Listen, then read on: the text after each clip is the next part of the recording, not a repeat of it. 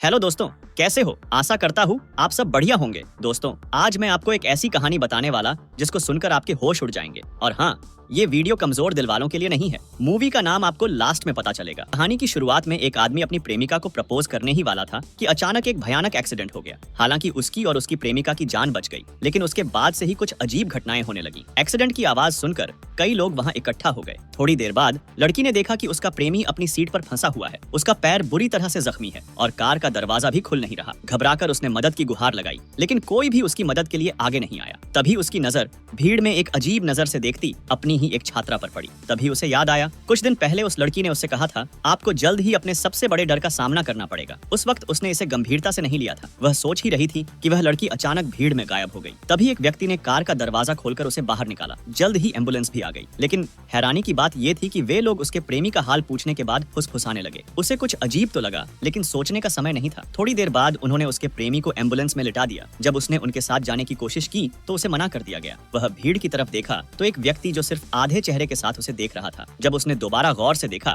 तो वह ठीक दिखने लगा। दूसरी ओर उसका प्रेमी अस्पताल पहुंच चुका था। उसने नर्स से पूछा कि क्या वह यहाँ है, लेकिन नर्स ने जवाब नहीं दिया। हर घंटे उसका खून लिया जा रहा था, लेकिन किसी ने ये नहीं बताया कि क्यों। लगता था इस अस्पताल में मरीजों का खून लेना ही एकमात्र इलाज था। उसके पास वाले बेड पर एक बुजुर्ग व्यक्ति ने धीरे से बताया कि उसे ये अस्पताल कुछ अजीब लगता है। तभी एक कड़क नर्स अंदर आई और उन्हें घूरते हुए कहा, अभी क्या आप लोग कुछ फुसफुसा रहे थे? बुजुर्ग आदमी डर के मारे तुरंत सोने का नाटक करने लगा। उधर लड़की भी अपने प्रेमी की तलाश में अस्पताल पहुंची, लेकिन टैक्सी ड्राइवर ने उसे उसका नाम लेकर पुकारा, जबकि उसने रास्ते में अपना नाम बताया ही नहीं था। अस्पताल के रिसेप्शन पर जाकर पूछने पर पता चला कि उसका प्रेमी यहाँ नहीं है। जब उसने जोर दिया तो अस्पताल की स्टाफ ने उसे एक और अस्पताल का पता देकर कहा कि वहां जाकर चेक कर सकती है। तभी एक व्यक्ति उसके पास आया। उसने बताया कि उसका नाम लूक है और उसके साथ भी ऐसा ही कुछ हुआ है। दोनों ने दूसरे अस्पतालों में फोन किया, लेकिन किसी को उनके प्रियजनों के बारे में पता नहीं था। दोनों थक हार कर घर लौट आए। एमी ने सोचा थोड़ा आराम कर लिया जाए, लेकिन जब उसने आईने में देखा तो उसके चेहरे पर खून के निशान थे। डर के मारे वह चिल्लाई, लेकिन फिर एक झपकी में सब कुछ ठीक हो गया। दूसरी ओर उसके प्रेमी को लगा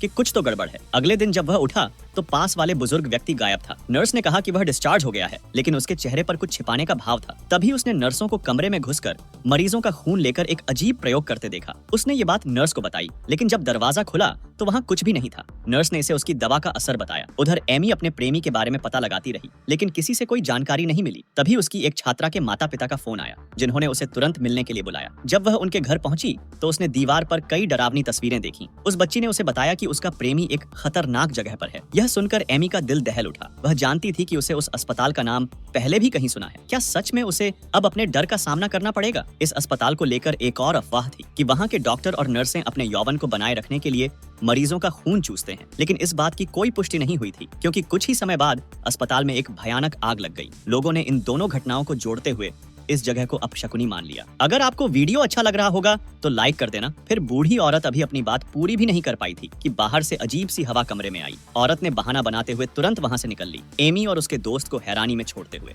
एमी ने ध्यान दिया कि अस्पताल के मेडिकल स्टाफ का चेहरा जाना पहचाना लग रहा था, मानो उसने उन्हें कहीं सपने में देखा हो। लेकिन उसे खुद से यह समझ नहीं आ रहा था कि उसका और इस अस्पताल का क्या रिश्ता है। बाद में एमी को घर छोड़ते समय ल्यूक ने निराश होकर बताया कि वो अपनी बहन को ढूंढना छोड़ देगा, क्योंकि उनका इकलौता सुराग भी खत्म हो चुका था। एमी ने उसे हिम्मत दी और कहा कि वे एक दूसरे का साथ देंगे, लेकिन उसे जरा भी अंदाजा नहीं था कि वह अपने ही घर में भेड़िए को बुला चुका है। थोड़ी ही देर में एमी ने देखा कि ल्यूक का चेहरा अचानक से एक राक्षसी शक्ल में बदल गया। एमी डर के मारे घर के अंदर भाग गया और तभी समझ पाया कि यह आदमी तो जानबूझकर उसके करीब आया था। वो जैसे ही भागने की कोशिश करता है, ल्यूक उसे लगातार पीछा करता रहता है। हारकर एमी खिड़की से कूदकर नीचे भाग निकलता है। इस भाग दौड़ में एमी की मुलाकात उस टैक्सी ड्राइवर से होती है जिसने कार एक्सीडेंट के दिन उसे अस्पताल पहुंचाया था। ड्राइवर से बात करते हुए एमी ने मजाक में कहा कि उसे सेंट रोजमरी अस्पताल जाना है, और हैरानी की बात यह कि ड्राइवर को उस जगह के बारे में पता था। उसने एमी को वहां पहुंचाया और जाते जाते उसे चेतावनी दी कि अगर उसने वहां कदम रखा तो शायद वो कभी वापस नहीं आ पाएगा। लेकिन एमी आत्मविश्वासी थी। पिछले कुछ दिनों की तकलीफों के बाद चाहे जान चली जाए, पर वह सच्चाई का सामना करने को तैयार था। अस्पताल के पास पहुंचते ही एमी के मन में एक सवाल गूंजा, वह अस्पताल से इतना क्यों डरता है? उसने जवाब में बताया कि जब उसके पिता का ओवन ऑपरेशन हुआ था तो एनेस्थेसिया के कारण उनको पूरी तरह से लकवा मार गया था, लेकिन असल में वह एक और बात से डरता था जिसने उसकी जिंदगी में एक गहरे घाव की तरह जगह बनाई थी। उधर निक अस्पताल के रहस्यों को लेकर बेचैन था। अचानक उसे बगल के बिस्तर पर अजीब परछाइयां दिखीं।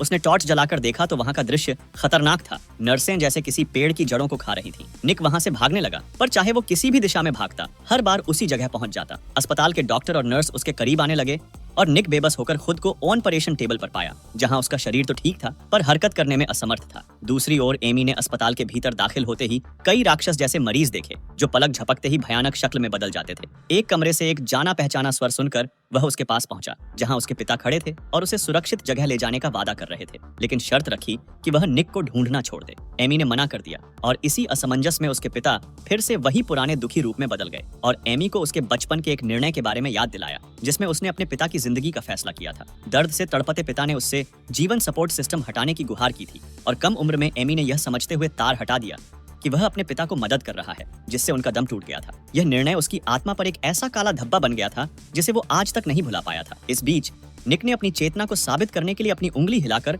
डॉक्टर का ध्यान खींचा, पर नर्स ने उसे बताया कि सब जानते हैं कि वह होश में है, फिर भी ऑपरेशन जारी रहेगा। निक का पेट चीरने वाले थे कि तभी एमी वहां आ गई और उसे वहां से निकालने लगी। डॉक्टर ने बस एक शब्द कहे, अब हमारा समय पूरा हो गया है, और फिर अस्पताल में आग लग गई। एमी और निक किसी तरह बाहर आए तो खुद को कार एक्सीडेंट वाली जगह पर वापस पाया। असली दुनिया में एमी बुरी तरह घायल था। एक कांच का टुकड़ा उसके पेट में धंसा हुआ था। जिंदगी के आखिरी पलों में उसने समझा कि यह सब उसके डर और गिल्ट का इम्तिहान था जिससे वह लड़ रहा था। वो डरावनी अस्पताल और विकृत चेहरे उसकी खुद की कमजोरियां थीं, जो अब उसने स्वीकार कर लीं और आखिरकार खुद को मुक्त कर लिया। इस मूवी का नाम है रूम 6।